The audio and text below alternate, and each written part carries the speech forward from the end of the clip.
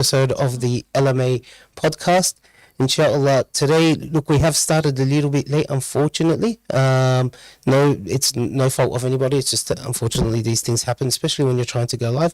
But we'll, inshallah, get to the main points and the main crux of the discussion, inshallah. Today, I have with me one guest, or rather one co-host, and one very special guest. So co-host today is Brother Khalid, who you guys have met a few times. He has hosted these shows before. Khalid here is our LMA representative, so to speak. So he'll give us, a bit of a background of, a bit of a breakdown of, some LMA programs a little bit later. But more importantly, he's actually he's a psych. But if I'm being honest with you, he's probably a jack of all trades at the LMA. Mashallah, he does a little bit of everything. And to my right, I have our very special guest, Sister Hajar, who I remember from many years ago back at uni. She is the sister of, before that, I think that could be the last accolade. So she's been a teacher for almost a decade now, I believe, sis. Yeah, mashallah, and she's put together a very, very interesting and amazing program that we're interested to discuss a little bit. She's also she's also an activist in the community, mashallah. She gave a riveting speech not long ago, mashallah. And she is the older sister of Brother Abubakir Rafiq, who I'm sure the whole community knows at this point. The young brother who bravely set sail with the Global Sumud Flotilla so that he can, inshallah, help break the siege on Gaza.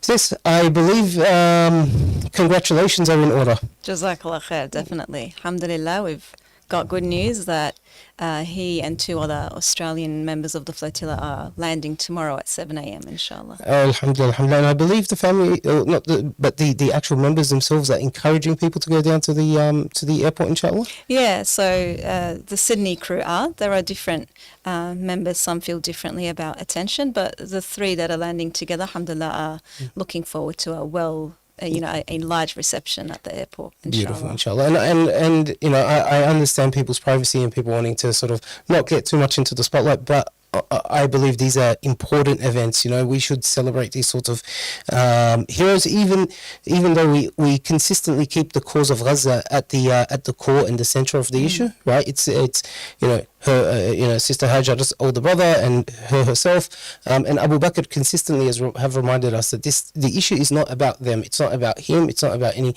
one in particular. It's a situation that is happening in Gaza itself. Having said that, alhamdulillah for alhamdulillah for the good news. Of course, the killing, the stopping, the end of the cessation of fire is always good and welcome, alhamdulillah. We ask Allah subhanahu wa ta'ala to ruin the plans of the kuffar, whatever they may be for the people of Gaza, but and to empower the people of Gaza themselves and allow them to find self-determination, inshallah, in a way that is dignified and that honors their sacrifices. May Allah subhanahu wa ta'ala make it easy on them. Okay, so after that very lengthy introduction, I do apologize about that. Today we're going to touch on a few things. We're going to have to cut it a little bit short, but we'll get a general, like I said, LMA update. We'll get a bit of an update of the brother's situation, as well as avenues for support. But we really want to get into the discussion around what is called the Al-Aqsa project, inshallah, and that will come in a little bit later today. Khalid, anything you'd like to say before we jump into the discussion? Inshallah, it's a pleasure to have the sister with us today. Inshallah, and lovely to have you. Finally emceeing Bilal, so alhamdulillah for that. And I think let's get into it, and we'll give like a very quick update of our events just towards the end. Inshallah. So let's do that, inshallah. Let's start with, I think, the main question. So first things first. Alhamdulillah, again, your brother's just returned. Alhamdulillah. Talk us through the feelings. Yeah, he's landing tomorrow at 7, inshallah. I had a short conversation with him yesterday, and it was just all tears, alhamdulillah.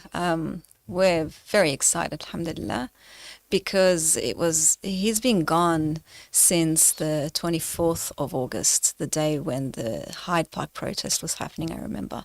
And so it's been a long journey, and it wasn't a normal journey where, you know, when sometimes you farewell loved ones who go overseas, you have a rough idea of the timeline of where they're going to be, when they're going to come back, and it doesn't, you're not sort of left in the dark. But this was such a strange feeling. Last week I was telling my friend, last Wednesday actually, before the interception, I was telling my friend, I'm like, I don't know what I'm going to be talking about a month from now. I have no idea what's coming, no idea what to expect. Are they going to get intercepted? Will the ships, you know, be damaged and then they'll sink? A'udhu billah. Will they reach Gaza and then something happens to them there? If he comes back, when will that happen? How will that happen? There was just so much uncertainty around the whole thing. Mm-hmm. So now that, you know, we're back to routine, or almost back to routine, but there's, you know, clear expectations of when he's coming and so forth. It feels very, very relieving. So I can't imagine, like you said at the start, we don't want to make this just about Abubakir or the flotilla, but, you know, I cannot imagine what the families of those Palestinians feel when their loved ones are taken to jail for no charge, or sometimes children charged with throwing stones, and then they don't hear from them for such a long time. No idea, you know, what's happening to them. Nobody really fighting on their behalf, so to speak. So alhamdulillah, we are very privileged and we feel very blessed to almost have him with us, inshallah. Alhamdulillah, alhamdulillah. We look forward to receiving him, inshallah. I've got to ask, how are your parents feeling? Talk us through their emotions over the last day. I think my dad had bottled up a lot of his stress. He mentioned to me one of his worries today, but I might not mention that on camera. But my mum, of course, being the mother, was the most emotional. And I kept sort of having to remind her that, look, we have to be strong and use our emotions in a productive way. Otherwise, we won't be able to help him, you know. So I was encouraging her to write to people that she has connections to, like the Turkish ministers, because we grew up in Turkey, so we have connections to Turkey. And I was telling her, just, you know, maybe write to the ministers in Turkey, just keep yourself busy. And alhamdulillah, but nobody, like, we were all saying alhamdulillah and so forth, but emotions were just a little bit high with my parents in particular. Yeah, definitely. Of course, especially over the I can imagine over the last couple of days in particular. Yeah. So if you don't mind, I'm going to sort of work the journey a little bit backwards, if that's fine. okay. Yeah. Feel free to jump in if you have anything. But, you know, let's go to that fateful day where, you know, everybody, I think, around the world, or, you know, vast majority of us were following the flotillas. You know, everyone's refreshing the tracker page day after day. You know, we see the first ship to be intercepted. We see what happened with the Alma.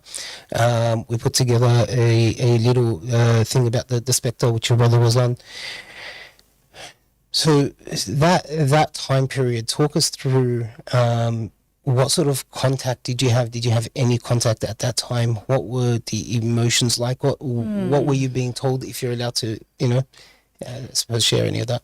Are you referring to the period when the boats started to be intercepted? So let's go from interception to I guess. Look, I remember he had an interview with Stand for Palestine. He had like one last interview and he said, look, I'm getting close to the orange zone, I think he said, is where it starts to get a little bit dangerous, and previous ships were intercepted.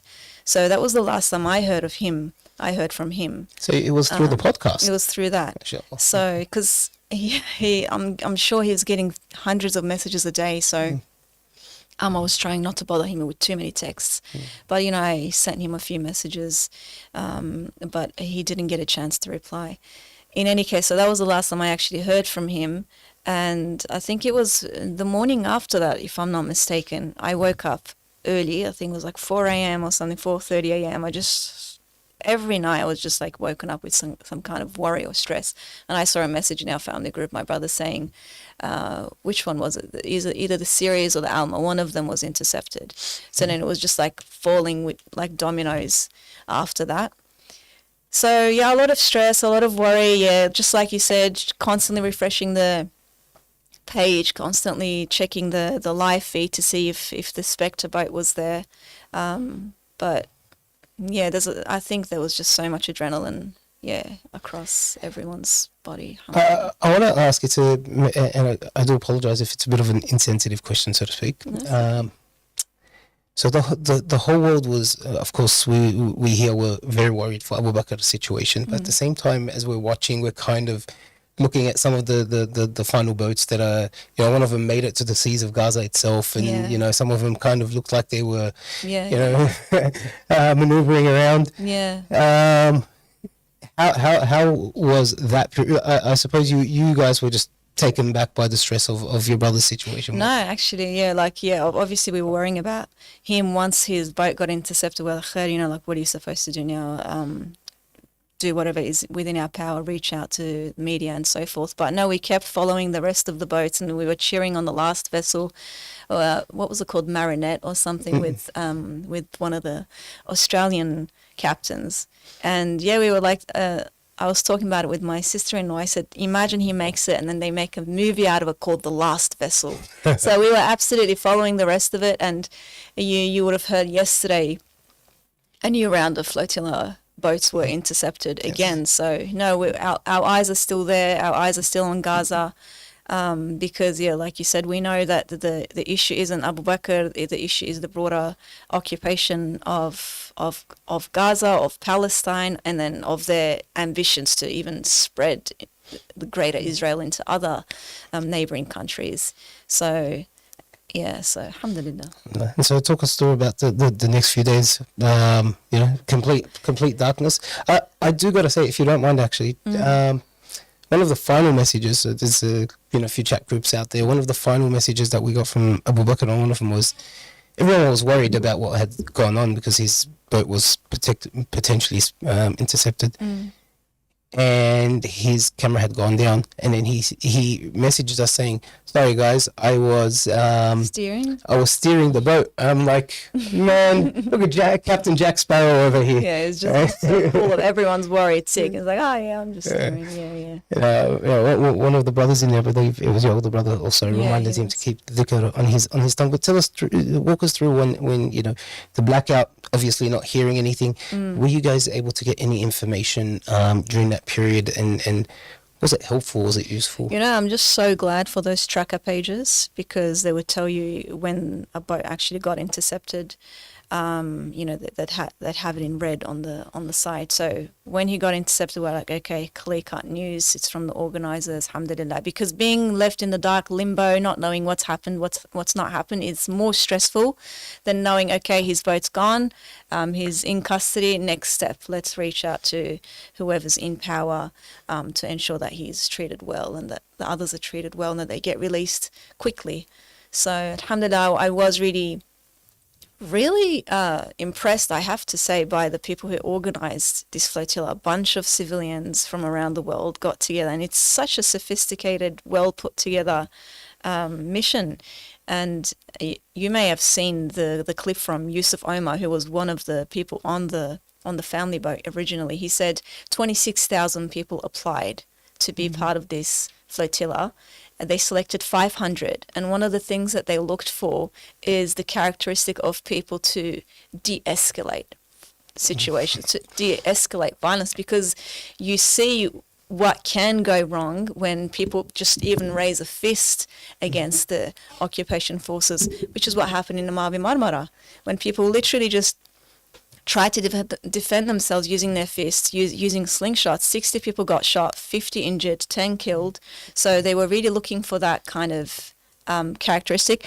I'm going off topic, but what I was trying to say is that for them to be able to filter through 26,000 applications and select the right batch of people, I think I have to, mashallah to the organisers, they did really, really well. I'm sorry, I've got to disagree slightly. I don't know how any Turks made it to that boat. They don't strike me as people who de-escalate. No, I'm kidding. And I think the Lebanese would also fit that category. But like subhanallah, everybody followed the training that they were given. They were told, when it's an emergency, when you realise you're going to get intercepted, throw your phone into the sea to protect your data and the data of your contacts. Okay. So So that was that was literally one of the things they had told them to do. Yeah, that was part of the emergency training. Wow. Everybody Which we saw on the live streams. Yeah. Yeah, that's right. Yeah. Which is why we don't have direct contact with Abubakar even till now. I have to continue to go through my older brother. So, and I just find that so interesting because the phone is such a symbol of like addiction and connection these days. It's like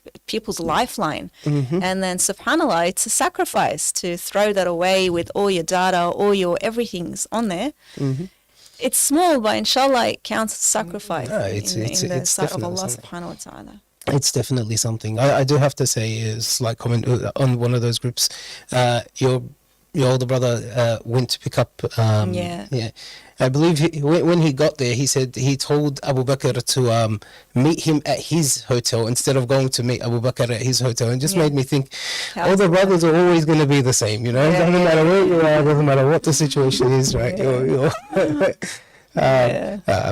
Allah subhanahu wa ta'ala reward them. Khalid, do you have any? I think just before we move on, inshallah, to your Aqsa project, I guess, was there a clear difference in your, I guess, like emotions, experiences from the past 2 years to the past month and a half or two when you had a direct family member? Because we all, feel the pain of the Palestinians, and a lot of us have been very invested in this, but to have someone related over there, how different is it? 100%. It strikes different. Anything strikes differently when it comes close to home.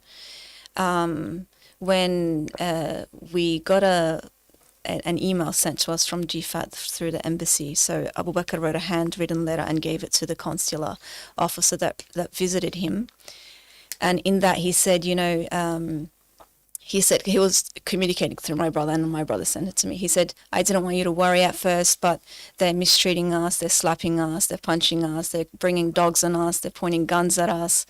And because he's my brother and he's 11 years younger than me, there's a big age gap. I remember him when he was a baby. I've changed his nappies. I've done all of that, SubhanAllah, I remember all of his life. So that sort of flashed before my mind. I'm like, he's my baby brother, and he's not like my brother said, he's not like this big, muscular, rough, tough, aggro kind of person at all. Everybody describes him as a very soft-hearted person.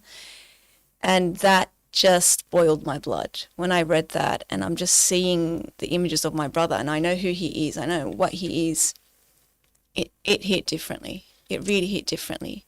And I was like, that's nothing. He's just getting slapped and bruised and punched.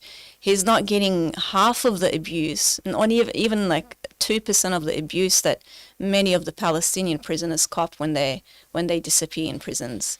And not even then, even he went, as you know, he went to Syria before that, which is what sort of changed him a lot. He went into Sadnaya prison and saw the kind of torture machines that were used. So even though it was nothing like what goes on with other prisoners, just like you said, because he's family, because he's close, the emotions were just, very, very, very heightened. I mean, that video of he who shall not be named, maybe we'll refer to him as that was sort of made it viral. I suppose when you guys saw that there would have been a sinking feeling in the talking about Ben-Gvir. When he went in and he's a terrorist and lying. He's saying there's no aid on the boats. They came as Hamas propaganda. None of their lies even make sense. They accuse them of being terrorists. If they were terrorists, how come 500 people didn't fight back when you were intercepting them? Where were their weapons? Where was anything? What was the point of the journey if they're not carrying any aid? Just for the sake of it? It's not like it's a fun journey to go on the Mediterranean for that long in.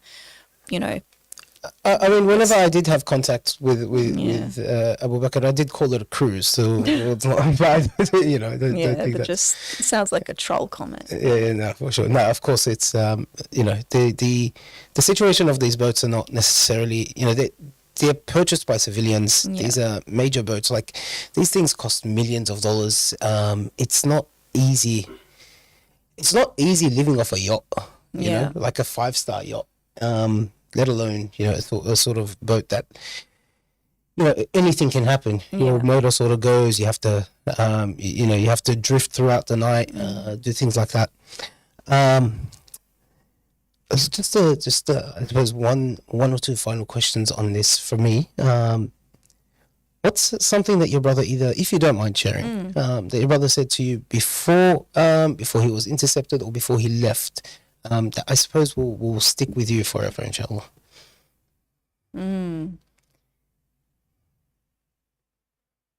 Something that he said to me directly. I'm not sure, but what does definitely stick to me is that last interview that he did with Stand for Palestine, and he had really taken on the advice that we and others had given him about checking your intentions. And I think that's even more important for him now as he's become more of a community, there's like overnight fame in the community. Everybody kind of knows his name. And I think, that really sticks to me. Yeah. To check the intentions, for sure. And usually younger brothers, I would know, live in the shadow of their older siblings. Not in the case of Abubakir. Definitely not. No, Abubakir's like put on a pedestal. He's given all the support and love in the house. Alhamdulillah. We're the shadow behind him. Okay, so it's the spoiled younger brother? Probably the reverse. Okay, Not spoiled, Of but course. definitely lots of support from his older siblings. Alhamdulillah. Of course. And for anyone who doesn't know my humor, I'm a little bit edgy like that, so I do apologize. I don't mean to be insensitive. No. It's Khalid, anything that you might wanna ask before we shift tact a little bit? I think we'll move on, inshallah, to the Al-Aqsa project. Bilal's mentioned it a little bit to myself, but and we mentioned it in the office also, at the LMA with a couple of different project officers and managers. Can you tell us a little bit about this project? Yeah. So the project is called Al-Aqsa Week, and it's a project that targets Islamic schools and homeschoolers around the world. And the purpose, the objective of it is to teach Muslim students about the sanctity of Al-Aqsa and its surrounding areas, and then touch on the occupation, because naturally you have to touch on the occupation. Actually, not just touch, but really go into the occupation depending on the age. So what it is, it's a resource pack from kindergarten to year 12, and students explore Al-Aqsa and the occupation through school subjects. So through 6 subjects from K to 10, and then 5 subjects year 11 and 12. So through Islamic studies, maths, science, history, geography, English, they look at the different elements of Al-Aqsa. So for example, in year 7 they have, for English, they look at one of the poems of Omar Hamad, who is a poet and a seamstress, strange combination, from Gaza. And he writes beautifully, and he writes in English. So they look at one of his poems, and then they go into, if you remember from high school, language techniques, literary techniques and stuff like that. And then look at the actual themes of the poem. And then there's a number of picture books that primary school students look at, that teach them resilience, that show, the sumud of the Palestinian people. So in a nutshell, that's the project. There's also a creative competition element. So it runs from October 6th. Although it's called Al-Aqsa Week, schools choose the week that suits them, because this is a global thing and different schools have different holiday periods. So right now in New South Wales, we're just finishing off the holidays, whereas in the Northern Hemisphere, you've got other schools, running at this time. So from the 6th of October to the 31st, schools get to choose which week in that time period to run this project. And we chose October 6th deliberately, as you can imagine, because we wanted to emphasize that history doesn't begin on October 7. Yeah. As we need to consistently remember and I suppose remind others. So I suppose it's no secret, but tell us why you decided to kick off this sort of project. Because just like you said, it's no secret. Everyone's in pain when they see what's going on in Gaza, what's been going on for 77 years. So it was a Ramadan dua. I was trying to figure out what I could do with with my skills. And I haven't been working for 2 years. I'm looking after my son, and I'm, trying to be a mother until he goes to school, inshallah. So I no longer have the access that I did to the Muslim community as I did when I was working in an Islamic school. I'm not really involved in anything outside of the home. So I was sort of just racking my brain. I'm like, what can I do? What can I do? And then Allah subhanahu wa ta'ala just put this inspiration in my heart. And, it was sort of like these fuzzy ideas that just went on paper, and lots of guidance from Allah subhanahu wa ta'ala. Yeah. I didn't think it was possible, but Allah made it possible. Alhamdulillah. And how's the reception been? Pretty good, alhamdulillah. So far we have just over 100 registrations, because schools have to register before they can get the download link for the resource pack. So we have about over 60 schools globally who've registered, and then 40 plus homeschoolers or homeschooling associations. And yeah, the numbers are going up as New South Wales comes out of the school holiday period. So my aim in my heart was, Ya Rab, if I can just get 20 schools globally, I'm happy. So alhamdulillah, Allah subhanahu wa ta'ala has been so generous, and people love free resources, especially teachers. Yeah, absolutely. Yeah. Alhamdulillah, that's great numbers. I mean, we work with schools, so we know how hard it is to get even like one school on board for each program. So to have that many, mashallah, that's I think it's testament to the fact that the ummah just really resonates with the cause, and they love Bayt al-Maqdis. It's something that we sort of dream about, and often we think it's a place that's so inaccessible to us. So I kind of want to put the seeds in the minds of the young people, like that inshallah it'll be liberated, and inshallah it will be in our lifetime. So one of the things that they do in the creative competition in a high school is sort of artwork around the theme of liberation. So we don't want to just get stuck in the idea just because we've been like this for close to a century. We don't want that to become our status quo and start thinking that that's how it's always going to be, and that's how it will be in our lifetime. And I think we see the signs anyway. Many people who see the signs of the imminent collapse of Zionism and Zionist control over the world, not just on Palestine but over the world. Like, it's incredible when you look at the changes that you see in the right wing field in the US. It's unbelievable. The people who were the biggest supporters of Zionism and the biggest mouthpieces of it are shifting, and they're shifting their dialogue and changing a lot of minds with them, subhanallah. So we don't know how liberation is going to happen. Allah knows. Perhaps it'll come in ways and in through means that are beyond our imagination, but we have to imagine that it will happen, inshallah, and soon. Ya Rab. Inshallah. We could end on that note, but I do have a couple questions, if you don't mind. I'm very interested with you spoke about the you mentioned the particular poem that some of the students go through.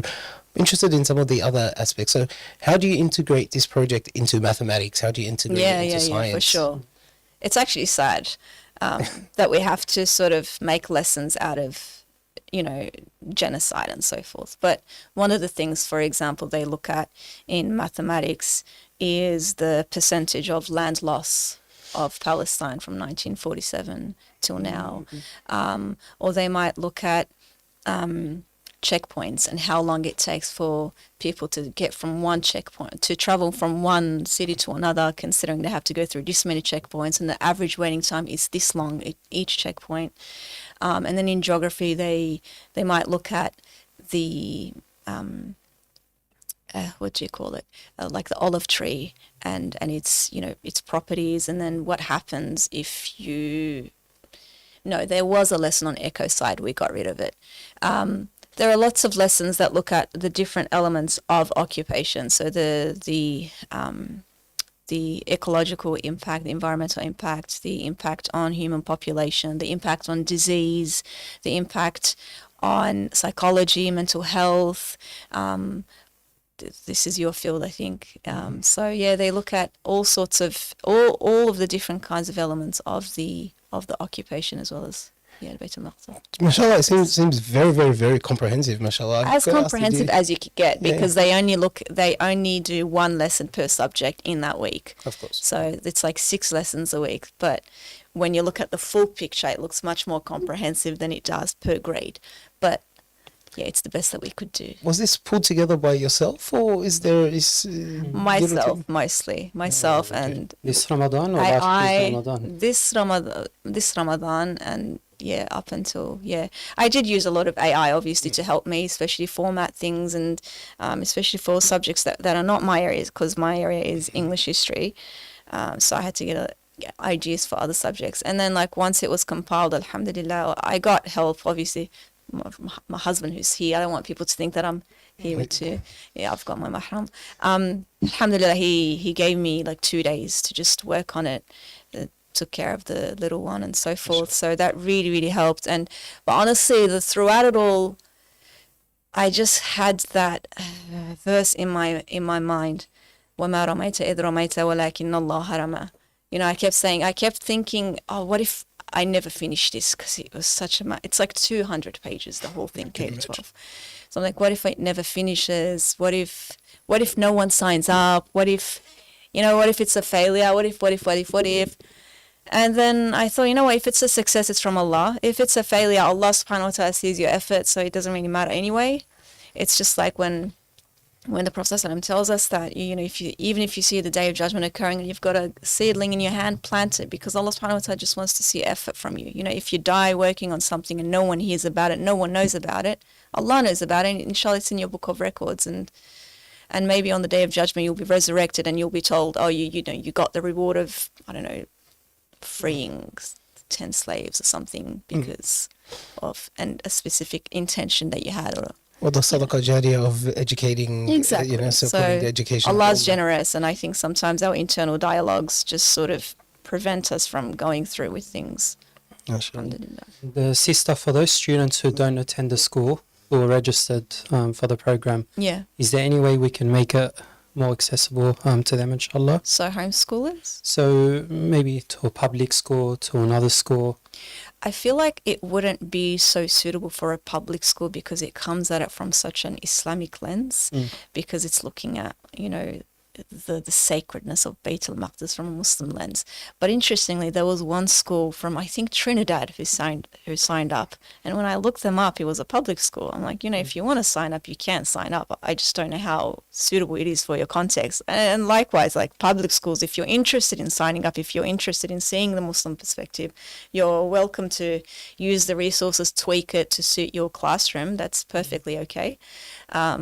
If you don't want to incorporate the Islamic elements wherever there are any, that's up to you. So, Can Muslim organizations sign up? Anybody can sign up. Please, everybody sign up. Like, the only reason why there's a registration is just so I know who's actually participating. Otherwise, it looks like it's just going into a black hole and no one's really receiving it. I like to have numbers of, how many students and so forth. So, please, if there are organizations, Quran colleges or whatnot in the community that you think you can use even just parts of it with your students, you are very welcome to do so. And you can continue to register up until the weekend before the 27th. So what is that, 25th and the 26th of October? Up until then, you can continue to sign up, inshallah. Inshallah.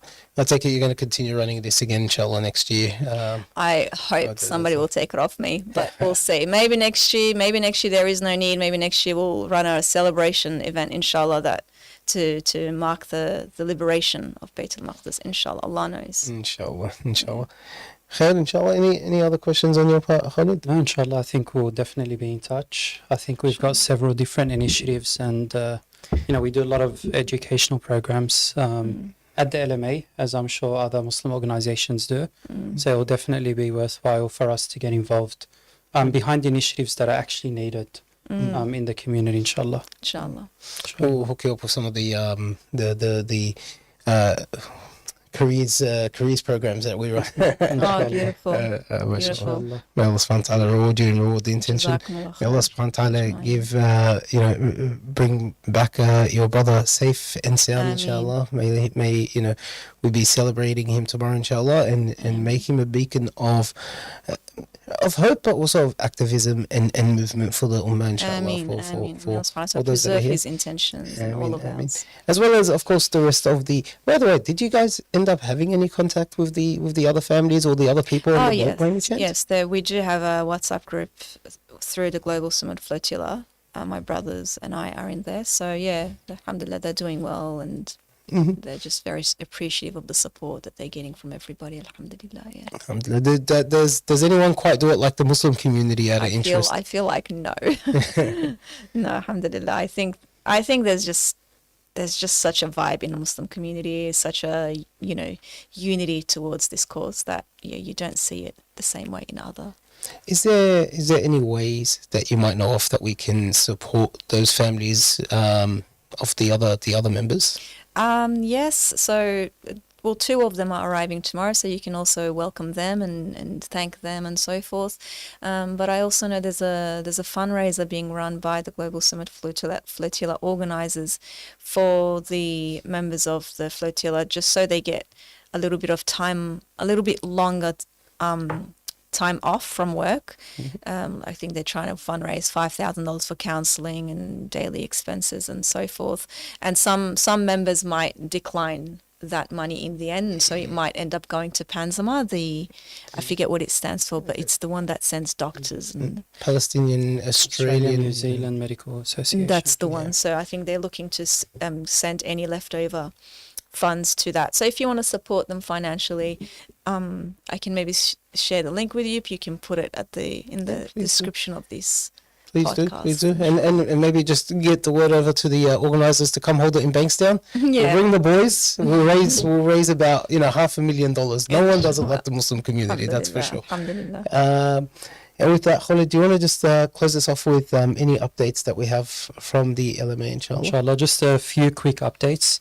Our Brothers Circle started last night. Alhamdulillah, it was a great success. So it's for new Muslim brothers, people that have reverted to Islam. And it's from 7 to 9 p.m. on Wednesday nights for 10 weeks. So week 1's done, but you can still join for the next 9 weeks, inshallah. There's different guest speakers every week, and it's a very important initiative. And it's run by, one of our revert brothers at the LMA, Brother John. So a very great initiative. Another update, inshallah, coming up very quickly is the 12th annual National Mosque Open Day. So that's Saturday, 25th October. Inshallah, we've got mosques in every state and territory in Australia opening their doors. So you can visit the LMA website, where we've got a list of the different mosques that are partaking in the initiative, inshallah. And of course, we'll be open, over here at Lakemba Mosque also on the day. Another quick initiative, our annual golf day is on Saturday, 13 December at Ryden Lakes. So play registrations are opening very soon. I've been getting a lot of people asking, when are the registrations opening? So it'll be opening very soon, inshallah. And there'll be a fundraiser also on the day, inshallah. Finally, inshallah, also this month on October 23rd and 24th, I hope I didn't get the dates wrong, we're very proud to be, for the 2nd year in a row, the main partners with Mission of Hope for the Muslim Mental Health Conference. Inshallah, it will be taking place at Western Sydney University. So keep an eye out on the Mission of Hope page and the LMA page for updates. We've got some excellent keynote speakers, a lot of great abstracts that were submitted this year. And it's just a great 2-day event and conference, very professional conference for the Muslim community, inshallah. So these are the quick updates. Jazakallah khair. Yeah, so there's a lot going on, of course, on that side. So do keep an eye out on all of that. If you do come down to the mosque open day, or find a mosque around you, find a Muslim friend, non-Muslim friend, and bring them down. It's a great opportunity to give da'wah and just show people the deen and whatnot. And I suppose show people the reason why. When 2 years ago all this started, what we heard and what the world became used to were the words Hasbi Allah wa ni'mal wakil. Right? The depth of our aqidah, the depth of our deen, and what it does to transform a person. May Allah subhanahu wa ta'ala reward and guide all of those who sacrificed for humanity, of course, and we keep them all in the front of our dua, and we ask Allah subhanahu wa ta'ala for every goodness for them. We also we also remember our brothers and sisters who taught us all the meaning of sumud. And with that, I will say one more time, Mabruk on your brother's return. Is there any final words that you might want to share or anything before we wrap it up? If you want to come and greet him, 7 a.m. tomorrow at Sydney Airport. And yeah, Jazakumullah khair to the LMA for running this, and Mubarak to all of the wonderful initiatives and projects that you guys have got going. May Allah put barakah in all of them, inshallah. Allah barik fiki, thank you very much. And for someone who always tells people to do this, I always forget myself. Like, share, and subscribe this episode. It does help us in the algorithms. It helps get conversations like this out into the atmosphere, which are very important conversations for us to be having as a community and as a collective.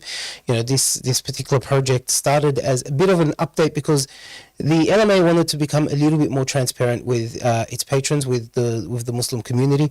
It wanted to address some of the tough issues, and yes, there are. We have seen the comments. There are some questions that we very specifically want to address, but it did start for that reason, to bring you guys on board, bring you guys on the journey, and get you to ask the tough questions, ask us what's going on, and you'll have Haj Jamal and others here being as transparent as possible to give you guys an insight into how things work here over at the LMA. And with that, والعصر إن الإنسان لفي خسر إلا الذين آمنوا وعملوا الصالحات وتواصوا بالحق وتواصوا بالصبر. السلام عليكم.